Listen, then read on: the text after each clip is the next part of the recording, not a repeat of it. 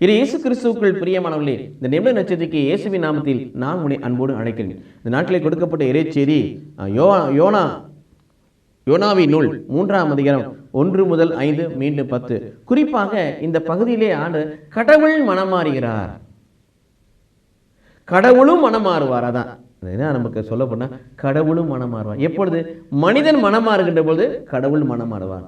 நினிவே பட்டணத்தை அடிப்பேன், நினிவே பட்டணத்தை அடித்து போடுவேன் என்று யோனா வழியாக சொல்லி அனுப்புகிறார். அப்படி நினிவே பட்டணம் அடிக்கப்படும் என்று யோனா வழியாக சொல்லி அனுப்புகின்ற பொழுது பிரியமானவர்களே, அந்த அறிவிக்கப்படுகின்ற பொழுது அரசர் முதல் ஆண்டி வரை ஆடுகள் மாடுகள் மக்கள் எல்லாரும் சேர்ந்து என்ன செஞ்சாங்க? அதை உணர்ந்து தங்கள் பாவங்களுக்காய் மனமருந்து ரெட்டுடுத்தி சாம்பலை பூசி ரெட்டுடுத்தி சாக்குடை அணிந்து கொண்டு தங்கள் பாவங்களை எல்லாம் அறிக்கை செய்தார்கள்.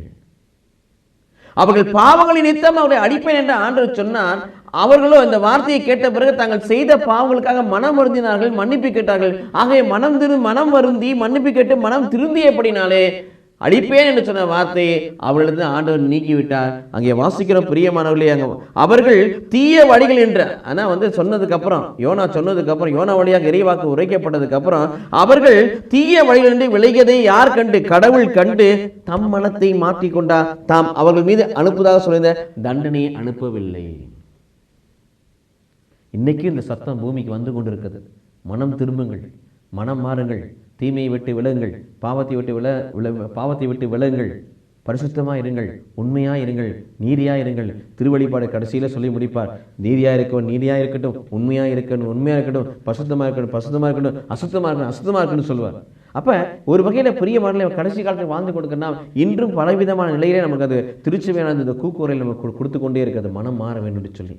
இது இயேசு கிறிஸ்துவுக்குள் பிரியமானவரே, உள்ளபடியே மனமாறுகள் அந்த வார்த்தை வருகின்ற பொழுது கடவுள் என்னோடு பேசுகிறார் என்று எண்ணி நாம் மனத்தை மாற்றிக்கொள்கின்ற பொழுது, நாம் தீமையை விட்டு விலகின்ற பொழுது, தீய வழிகளை விட்டு விலகின்ற பொழுது நமக்கு கடவுள் நம் மீது கொண்ட கோபத்தை கடவுள் எடுத்து விடுவார். ஆக கடவுளுடைய இரக்கத்தை பெற்றுக்கொள்ள, கடவுள் நமக்கு செய்யணும், இவனை தண்டிச்சாதான் இவன் சரியா வருவான்னு நினைச்சிட்டா அப்படின்னா அந்த நிலை மாற அவருடைய இரக்கத்தை பெற்றுக்கொள்ள, அவருடைய ஆசையை பெற்றுக்கொள்ள தீய வழிகளை விட்டு விழுவோம், பாவத்தை விட்டு விழுவோம், பாவத்தை அறிக்கை செய்வோம், பாவ மன்னிப்பு நிச்சயத்தை பெற்றுக்கொள்வோம், இறைவாத்தை கடைப்பின் வழியாக பரலோகத்தின் நிச்சயத்தை பெற்றுக்கொள்வோம். கடவுள் நம்மை ஆசீர்வதிப்பாராக. ஆமென்.